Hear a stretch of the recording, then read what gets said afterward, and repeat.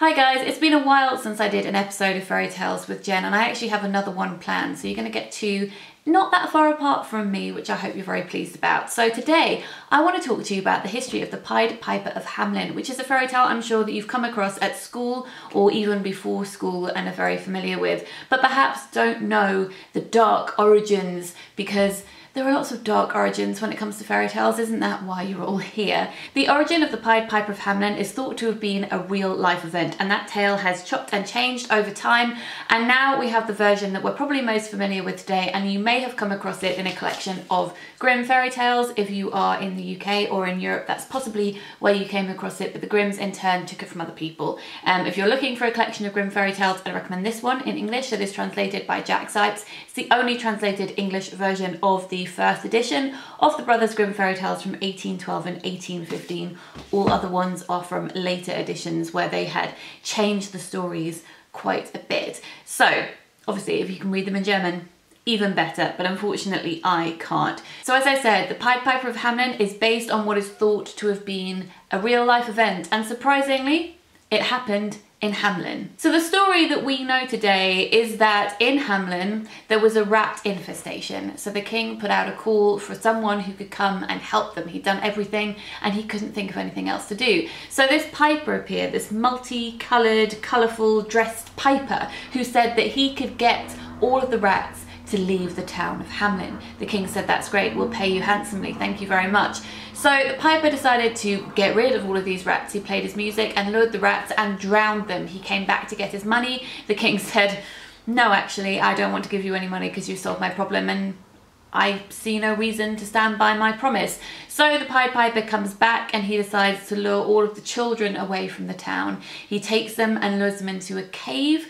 It depends what version you're reading, or a hole in the side of a hill which is sealed up, and all the children die, apart from three who were unable to get there to begin with. So there was a child who was deaf, who couldn't hear the music, there was a child who couldn't walk, and there was a child who was blind. And it's these three children who tell the adults what's happened afterwards. I am going to be making another video at some point in the future talking about disability and disfigurement in the Grimm's tales, but yes, we'll just leave that for now. So that is the tale, and it's a moral tale, as in pay people. If you say you're going to pay them, don't try and swindle them out of stuff, otherwise they will come and kill your children.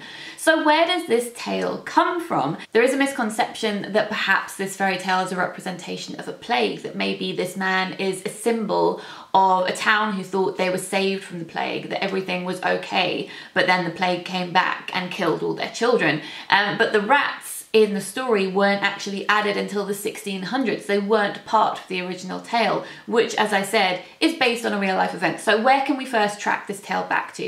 And actually it's back to a stained glass window in Hamelin itself. Now that window is no longer in existence because the building it was in was destroyed a couple of hundred years later, but it has been described in various texts, and mock-ups have been made of what we thought it would look like. It is thought that that stained glass, which dates from about 1300 AD, was a memorial to the event itself.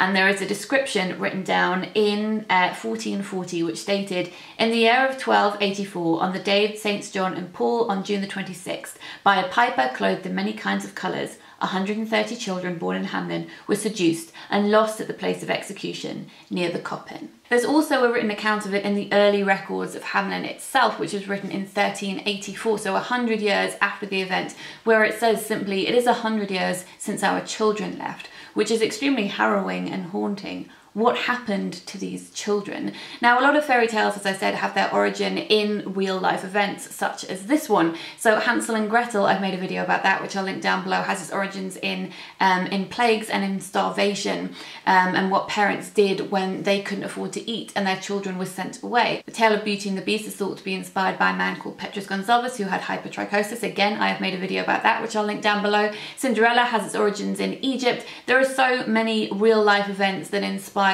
these stories, but why were rats added to the story, and where did these children go? Perhaps the most obvious answer is that whilst there were no rats in the original version, there was still a plague and all of the children of the town died, 130 of them.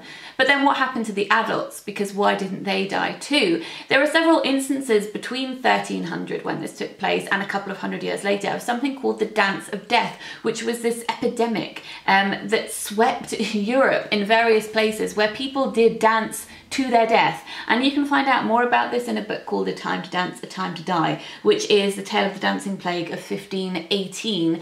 This is what inspired the red shoes, and that's something that I will be talking about another time. But dancing epidemic maybe, perhaps these children were led away by someone who was playing music to them. The street where the children were last seen is now called the street without drums, and no music is allowed to be played there. Another interpretation that links in with this dancing is that perhaps the children were lured away for religious conversion by pagans who were perhaps then killed in a landslide. Another suggestion is perhaps that these children were led away on something called the Children's Crusade, which is something that seems to be mostly based in mythology, but also seems to have some fact to it, where children were recruited to go to the Holy Land to try and convert Muslims to Christianity. Some linguistics professors have tried to trace the names of some of the children who went missing and have claimed to have found collections of children with the same names or families with the same names in what is now Poland and also in Berlin.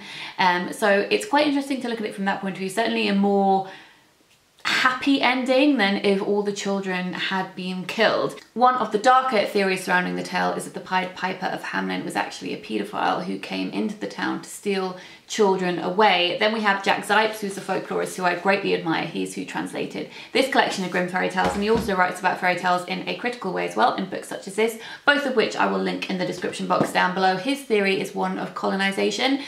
He also backs up this theory with documents that suggest that someone appeared in Hamelin around this time who was recruiting people to go and help colonize Eastern Europe. People who did this were called locators, I believe. Yes, locators, just checking my notes. And they often wore brightly coloured clothes which would fit in with the story as well. As I said, the rats weren't added until much later. It seems as though the rats were a plot device from other stories surrounding plagues, etc. And then this true story, or thought to be true story, of the Pied Piper of Hamelin and the lost children, and they became merged together in about the 1600s.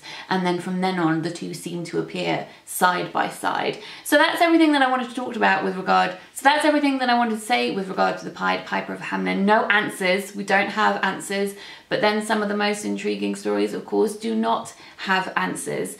I will be back with another episode of Fairy Tales with Jen soon. There will be other videos in the meantime as well. I hope that you all have a great weekend. Let me know in the comments section down below which fairy tales you would like me to dissect in the future, ones that you're particularly curious about. And if you would like to see my other videos in this series, I'll link the playlist up here and also in the description box down below. I'll speak to you all very soon. Lots of bookish love.